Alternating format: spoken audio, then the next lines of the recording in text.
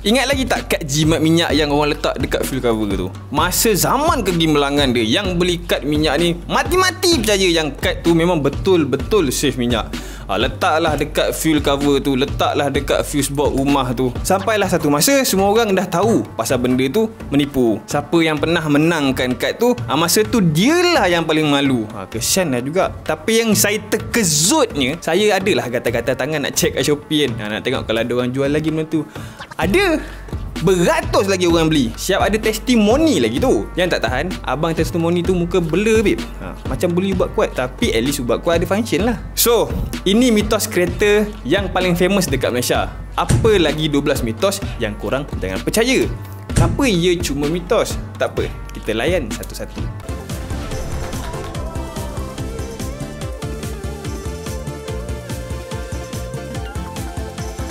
Kita akan buat apa saja untuk dapatkan pengalaman terbaik dekat dalam kereta. Kereta tak ada armrest, beli armrest. Kereta tak sporty, pasang skirt, tukar bumper. Kita cuba naikkan pengalaman memandu dari segi visual dan daripada segi sentuhan. Tapi semua tu tak lengkap kalau pengalaman memandu tak include sekali dengan deri bau yang nyaman. Sebab tu kita kena ada Aerilavia Air Freshener. This particular air freshener didatang dengan 4 bau yang harum untuk korang pilih. Kita ada honeydew, lavender, vanilla and lemon. Untuk yang tak pakai perfume kereta sebab malas nak beli perfume setiap minggu, Aerilavia adalah jawapan yang terbaik dan mampu bertahan sampai 2 bulan. Saya sendiri punya experience, saya sampai hari ni kita pakai perfume ni, bau lavender letak dekat dalam kereta and tahan sampai sebulan, seminggu lebih. Lebih kurang macam tu lah. Sebab nak jual kat orang kan, so kenalah buktikan yang memang perfume ni tahan lama. So adalah kat kereta tu. My personal favourite is lavender. Jadi dapatkan sekarang di shopee.com/Aerilavia. Sambung. Guna handphone dekat stesen pump, nanti stesen pump meletup. Boom! Gas station boleh meletup bila ada spark ataupun percikan api di sekeliling nozzle tu. Sebab gas dekat nozzle dia ada gas fume. Yang masa kita isi minyak dia keluar yang vroom kat tepi dia tu. Itu gas fume. Wave micro yang ada dekat handphone kita tu cuma keluarkan 2.45 ke 5 GHz. Gigahertz kecil macam tu tak akan keluarkan spark. Siapa pernah tengok Mythbuster? Diorang sendiri pun buat and result yang keluar tak meletup pun macam yang diorang nak. Semua study dari mana-mana orang pun dia akan keluarkan result yang sama. Kalau macam tu kenapa pula ada tanda larang guna phone masa isi minyak? Jawapan dia lain sikit daripada yang kita expect. Tanda larangan penggunaan phone di gas station adalah untuk kita fokus masa isi minyak. Kita tak perasan tapi benda macam tu memang ada terjadi. Bila kita main phone masa tengah isi minyak, kita boleh jadi leka and terlupa yang kita tengah isi minyak. Nozzle tak cabut daripada fuel tank minyak. Kita leka dengan phone, masuk kereta, boom, drive. Tercabutlah nozzle tu. Kes macam ni memang banyak terjadi and sebab tu kita tak boleh main phone masa isi minyak. Sebab senang leka, dah tercabut, so siapa yang kena tanggung dosa tu? Kita yang cabut nozzle tu lah. Kena bayar RM400 sekali cabut. Nak isi RM20 jadi RM400. Jadi sila hati-hati.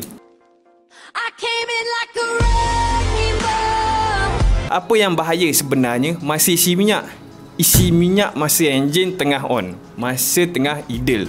Yang tu memang bahaya. Kemungkinan untuk kes ni terjadi masih lagi kurang. Tapi majoriti gas stesen terbakar datang daripada kes macam ni. Takkan bila dah betul-betul kereta kita terbakar baru nak start amalkan tutup enjin masa isi minyak.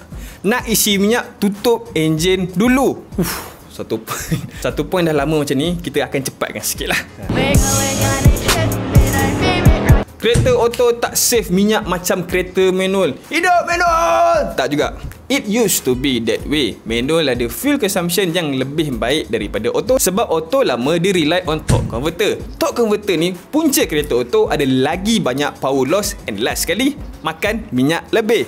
Automatic cars yang kita ada sekarang dah tak dependent dengan torque converter. Jadi siapa yang kata manual lagi save minyak zaman sekarang ni, kita gelakkan dia, kita malukan dia, Pancit, tukar tayar. Tayar yang pancit mengurangkan kekuatan tayar tapi tak akan sampai buat tayar tu tak selamat. Mencukupi dengan kita cacing je tayar tu. Andai kata tayar kita ada lebih daripada 4 pancit dan kita tukar baru. Kalau sidewall yang pancit atau tayar tu pancit tu besar, masa tu, ya memang kena tukar tayar dah. Saya mengakulah yang dulu saya pun macam ni juga sebelum ni. Tapi tu dululah. Dulu abang tak ada wawasan. Sekarang abang dah ada wawasan. Tahun lepas saya ada tukar minyak second 2 biji letak kat depan. Masa tengah pilih tayar tu, ada jumpalah satu set dia 2 tayar tu. Nampak elok, bunga cantik. Lepas tu masa tu dia baru 2 tahun. Cek lagi, ada jumpa pula satu lubang. Aduh, tayar dia elok, ada lubang pula. Kedai tu pula dia dah tak ada tayar elok lah lain. Itu je lah satu yang ada. Dia pun offer charging free. Jalan je lah. Bila dah balik, paginya esok nak hantar lah wife kerja. Lepas tu tengok, apa hal macam lepeh pula tayar ni kan. Tempat yang sama yang cacing tu. Sudah. Yang malas ni. Kita dah spend duit, lepas tu nak kena ulang balik pula dekat kedai tayar tu. Pergilah balik. Cek lagi sekali, rupanya dekat tempat tu ada satu lagi tempat yang kena paku. Bertambahlah cacing. Sekali lagi tayar tu kena paku, saya memang dah kena tukar tayar lain. Mitos seterusnya, biar kereta idle lagi save minyak daripada tutup enjin. Alasannya apa? Sebab start enjin lagi pakai minyak daripada idle. Masa dekat sekolah menengah dulu adalah member cakap minyak Lambo tu mahal. Nak start enjin pun pakai minyak RM40. Betapa bodohnya aku dulu sebab percaya. Biarkan kereta idle lebih 10 saat dah cukup membuatkan kereta tu konsum lebih banyak minyak daripada restart. Kalau biar enjin hidup, enjin lagi sedap. Sedap kepala. Bila enjin idle, combustion dekat dalam enjin tak cukup laju untuk mengeluarkan sisa yang sepatutnya. Bila ada sisa, pembakaran jadi tak sempurna. Bila pembakaran tak sempurna, enjin makin lama lagi mudah rosak daripada enjin-enjin yang lain. Kalau macam tu, bawa kereta laju-laju lagi elok lah untuk enjin. Secara teori, memang betul. Tapi bila kena tahan polis, aku tak nak dengar kau bagi alasan Zakirin suruh bawa laju. Saya tak ada kena-mengena ya. Var inte alla som tog halken på allvar. Next, Ron 97 lagi bagus daripada Ron 95. X50 kereta baru, so elok pakai 97. Betul ke? Jawapan dia, tak ada kena mengena kereta baru dengan Ron 95, 97. Compression ratio engine tu yang menentukan kereta tu patut pakai Ron apa. Ron maksudnya Research Octane Number, bukan singkatan nama 6 Ron. Untuk compression 12 ratio 1 ke atas, wajib guna Ron 97. Compression 12 ratio 1 ke bawah, guna je 95. Bila compression engine tinggi, guna 95, engine performance akan jatuh drastically. Bila compression engine rendah, guna 97, performance tak ada beza. Useless. Orang cakap, bila jalan jauh pakai 97 lagi saving. Bila atas highway, consumption dah memang lagi rendah berbanding city drive. Satu lagi, kau dah tahu kau pakai minyak mahal, so kau nak tekan pun kau rasa rugi. Itu yang lalai minyak jadi saving tu, kau tak nak tekan. X50 compression ratio 10.5 ratio 1, so tak perlu pun guna 97. Cukup je dengan 95. Nak beli kereta second ataupun recon, mileage lagi rendah, lagi berbaloi? Tidak. Tak. Bila kereta tu jadi kereta second, mestilah ada sebab ni jadi kereta second. Banyak sebab orang jual kereta dia. Salah satu sebab dia adalah kereta asyik rosak ataupun pernah accident. Sebab tu dia jual kereta dia. Pergi dekat lot juga, tengok Myvi lawa je ni, mileage 20,000. Wow, kereta ni bagus ni, beli. Bawa 3 hari, rosak dah, tak boleh start. Lepas tu tulis dekat forum, Myvi tak bagus. Dia tak tahu owner lama dah pernah accident dengan kereta dia tu. Nak beli kereta, buka Google, check cara inspect kereta Yuska. Kalau tak berani buat sendiri, minta kawan yang pandai ikut tengok kereta. Tak ada kawan pandai pasal kereta, bawa je kawan mana-mana. Sebab bukan selalu dapat bawa kawan kita pergi lot Yuska.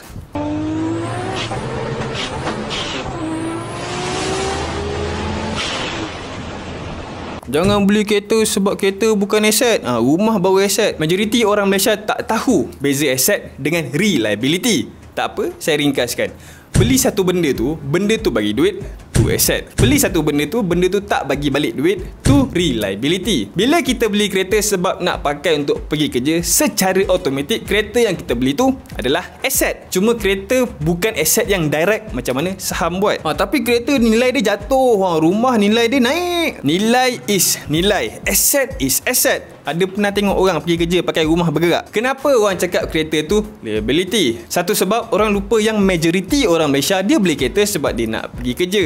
Satu lagi sebab ejen rumah nak jual rumah, so dia burukkanlah benda lain supaya orang beli rumah. Enjin 3 silinder bergegar, 4 silinder baru bagus. Benda skeptikal ni biasa kita dengar dekat Almera baru dengan Ativa, atau ada sikit-sikit saya dengar dekat F50 masa tu. Bila V6 ke V8 ke V12 engine, memang akan jadi smooth. So diorang expect yang 3 silinder tu dia dia akan jadi kasar. Sebenarnya tak. 3 silinder dengan 4 silinder sama-sama je kasar. Kereta besar safety lagi baik. Saiz kereta tu tak relate pun dengan safety. Kereta kalau accident dia bukan dengan speed 15 km sejam, berpuluh beratus km sejam. Contoh je pickup truck tahun 90-an. Besar tapi dia tak ada ABS, tak ada airbag, tak jadi apa juga, langgar pergi juga member. Tak boleh jadi peminat kereta kalau tak tahu repair sendiri kereta. Kereta ni dia ada komuniti yang agak kuat dan agak ramai. Bila terlampau ramai, terlampau kuat, komuniti yang ada boleh jadi toksik. Tak reti repair sendiri kereta, kau bukan peminat kereta. Minat dan ilmu adalah dua benda berbeza. Saya pun minat kapal terbang, tapi saya tak tahu pun macam mana kapal terbang. Jangan rasa yang kita bukan peminat kereta walaupun kita tak tahu kereta dengan mendalam. Yang penting kita minat, tu saja.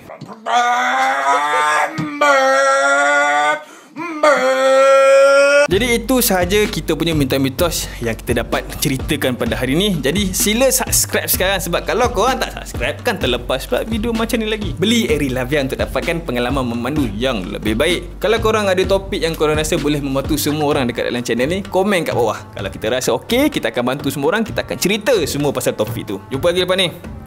Bye.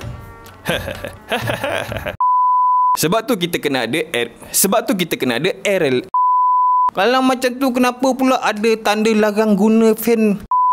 Kereta auto tak save minyak macam kereta compression ratio engine tu compression engine. Oh tapi kereta nilai jatuh. Rumah engine 3 silinder bergegar, 4 silinder lagi bagus.